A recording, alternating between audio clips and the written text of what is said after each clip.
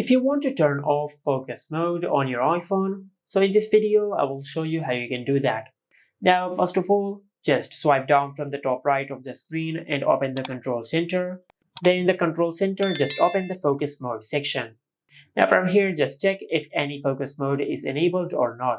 If any of them is enabled, in our case sleep mode is enabled, just tap on it to turn it off. Then tap on anywhere on the screen to go to your home screen.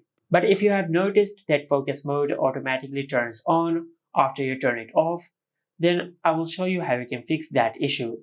For that, just go to settings, and settings, just look for the option of focus, then tap on it.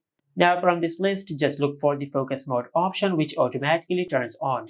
For an example, let's say if it is do not disturb mode.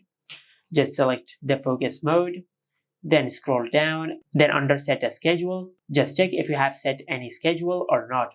If you have set any schedule, just tap on the schedule and turn it off from here. Or you can select delete schedule, and you will delete the schedule from your iPhone and focus mode will not turn